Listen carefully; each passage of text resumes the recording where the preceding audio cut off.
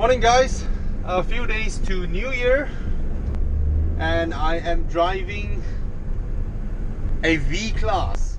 So this round is a real V-Class, it's not the Vito that I drove earlier on. And I don't know whether if this car is pretty beaten up or what, but there's just so much noise coming out from the undercarriage. Maybe this is like their... But they did tell me this car is not the actual spec that they sell. This is more like their, I don't know, training car or whatever. So it's pretty beaten up, okay? Now what difference does this car has to the one that I drove before? Primarily is the dashboard, okay? Yeah, that's it. It's the dashboard. Because other than the dashboard, the entire car is rather identical, with this one not having the utilitarian values of what that car has, because the Vito is a 1, 2, 3, 4, 5, 6, 7, 8, 9, 10, 11. It's a 10-seater, 10 or 11-seater. But this one is only a 6-seater, 6. Anyway, Mercedes introduced this car to challenge the Alphard and Vellfire, and it has one major proposition in doing so. First of all is this rather good diesel engine. This diesel engine is 2.1 litre. Somehow it's called 220. It's a very good diesel engine. It's rather fuel efficient for a car like this, and for my driving style, when I was given a big huge car that can handle, and this car handles.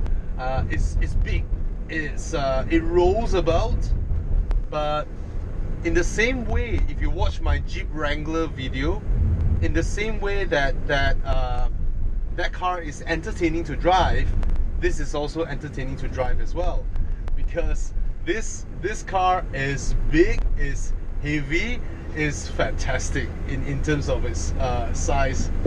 So and the way it rolls about, I kind of like it, because it doesn't do so clumsily, it does so in a controlled manner.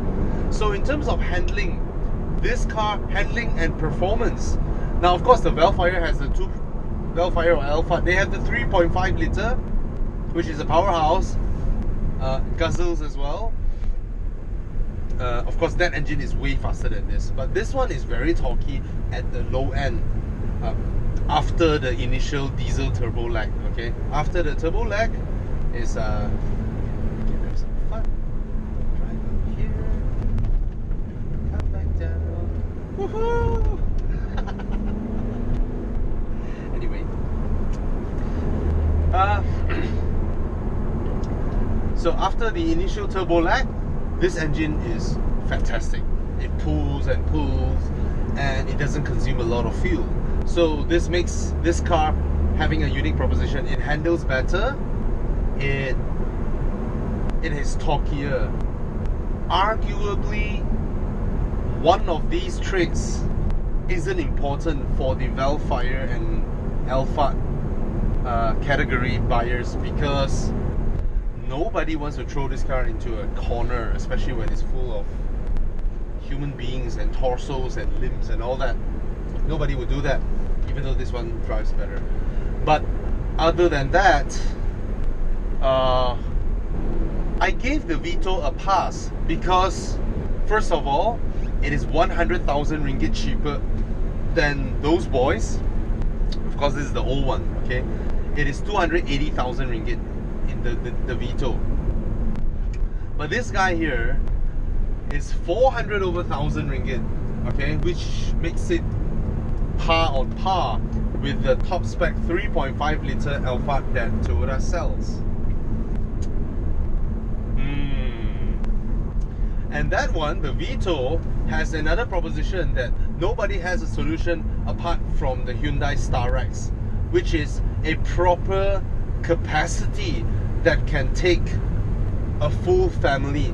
7-seaters nowadays, when properties are so expensive, 7-seater cannot answer a family's dinner outing. They still need 2 cars because most families will end up with 8 or 9 person nowadays. Okay, so that one can. So judging from its price and its seating capacity and the fact that it has the same engine, transmission, drivetrain, even the similar amounts of soundproofing, I think is the same as this car. And styling, I really gave that car a pass, and I really think that is a very good proposition. But this one, oh, there's an Alfetta. Wow. Anyway, but this one serves the exact same proposition as an Alphard and Vellfire, as an alternative instead of a solution.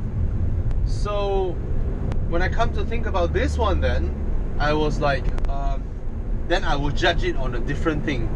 Is it as comfortable as an Alphard or Vellfire? No, not even close. It is not even close when it comes to comfort. Secondly, the seats. If you compare these seats with that one, those in the Alphard and Vellfire, it is also not anywhere near. So what you're buying is a brand, and you're paying a handsome amount for it, and the really expensive Mercedes-Benz service costs that they're gonna charge you. But is this a good car? It is a good van. Okay, I need to find where I'm going now. Okay, continue later. Beng, why you don't want to drive? It's okay. I allow you the pleasure of driving it. Yeah.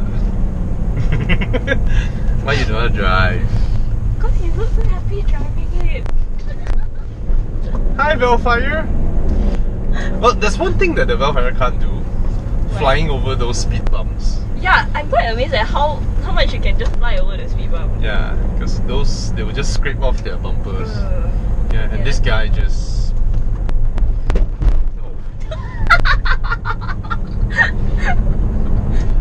It has a high ride height just like the Innova, and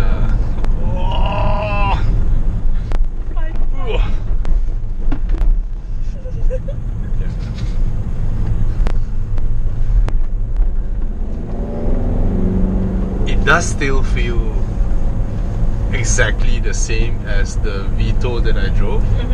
Yeah, the way it drives. It feels exactly the same. Of course, I'm looking at the nicer dashboard. How does the Vellfire drive?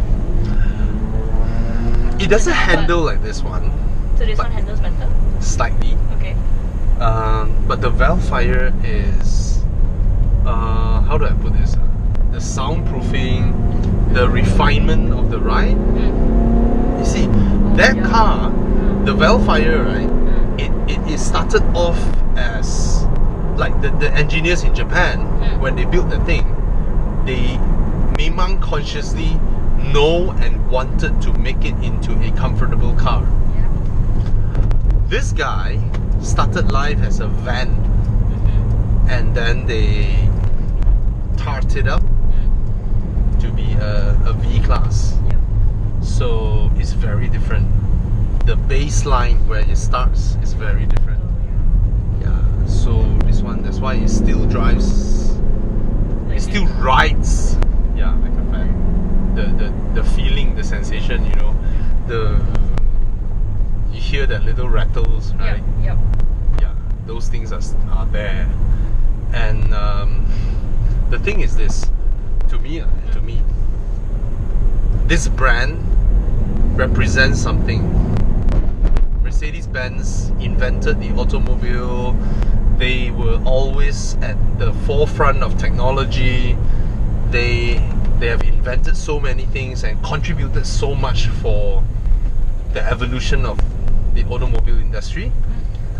And they've always been known as a luxury car maker. Yes, we all know they do minibuses, they do bus, they do all this as well. At the core of it is an industrial company. But we know how to differentiate their commercial vehicles and their passenger vehicles. This car is trying to blur the line. Gray area. Yeah, but I don't think it's a good enough effort. Yeah. So that's basically how it is. Nice engine, nice transmission, nice everything, but it's just. I wish they have a sub brand. I wish Mercedes-Benz would have a. I don't know. Now they have Mercedes AMG, Mercedes Maybach. Yep. Maybe Mercedes something for So cars that is- like these. Yeah. And the commercial vans and all that. The lorries, the trucks, the buses. Yeah. Maybe they will. Maybe. I mean, if this car, if they offered, those proper captain seats, like this guy here, because the middle row, it has captain seats, and look at the window, or the second row window can be open. This one cannot. This one cannot. So that betrays this as a van, because vans you cannot open this panel over here, and in commercial ones they replace the glass with a panel, so you can't even see through. They want to fetch things. Yeah. So if they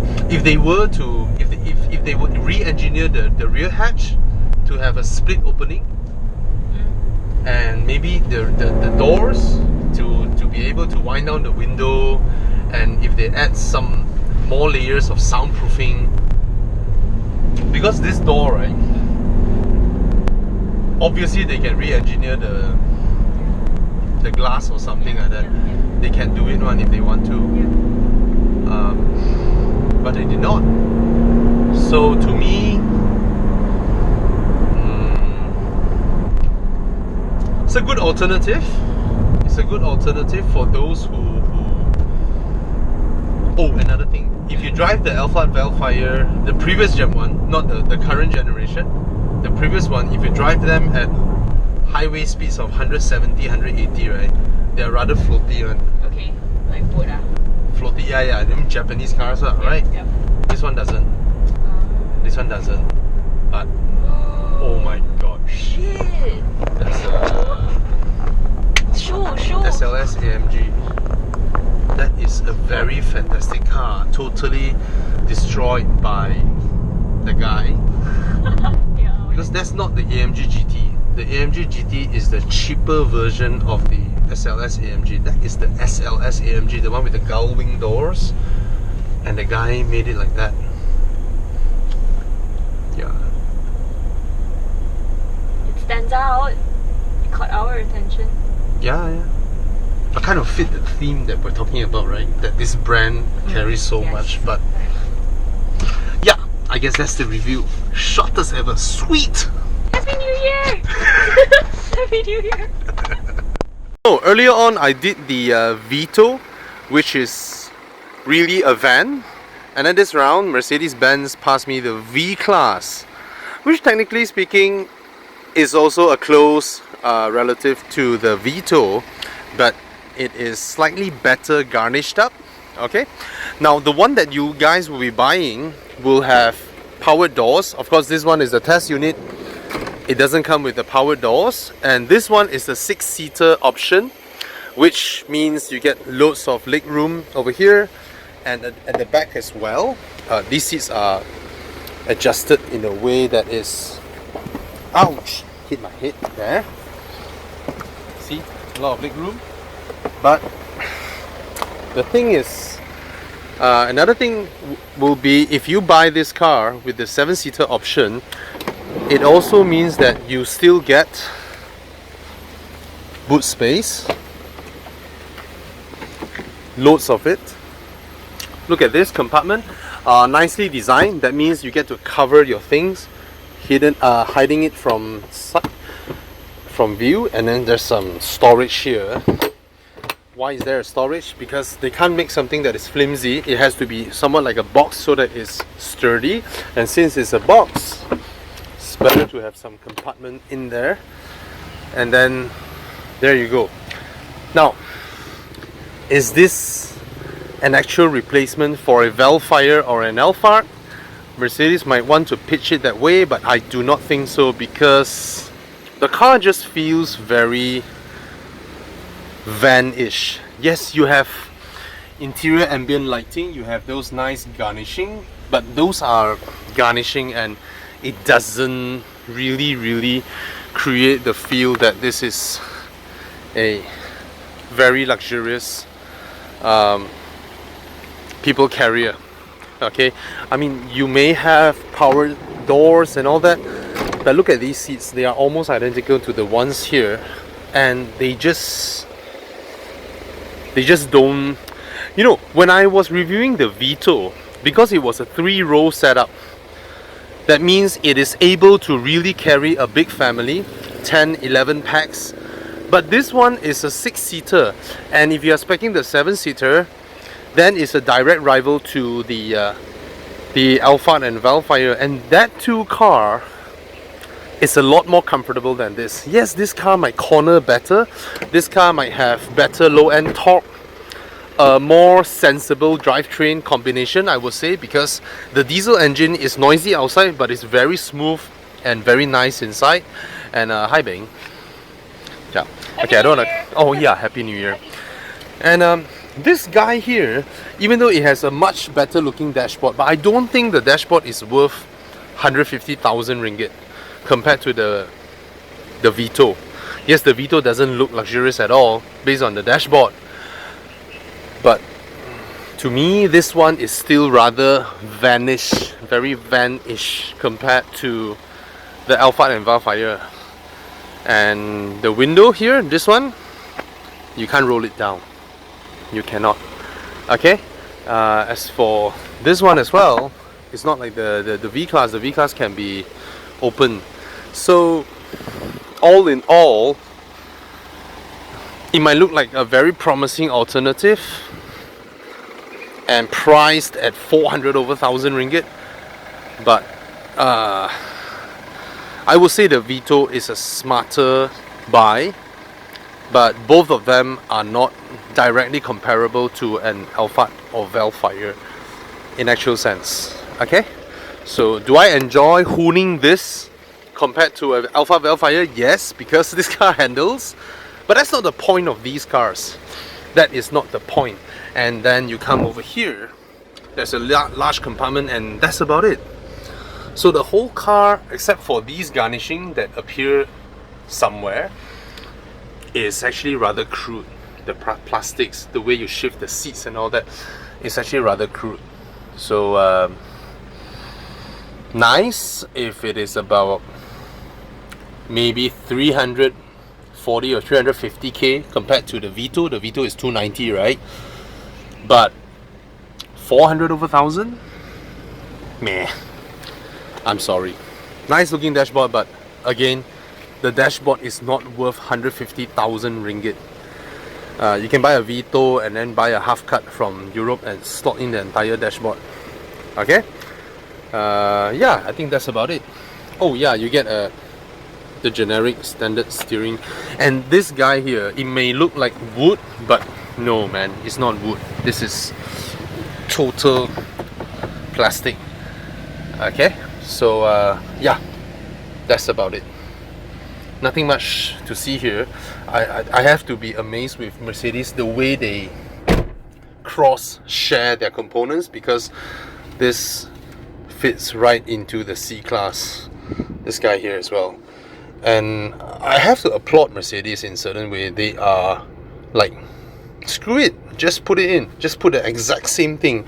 Whether it blends here or not, doesn't matter. Just put the whole thing here and it looks good. Yes, it does look good.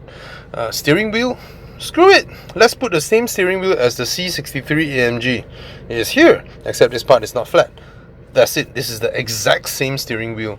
So yeah, that's the interior. And it's nice, it's pretty, but it's no Alphard Vellfire levels of comfort and refinement.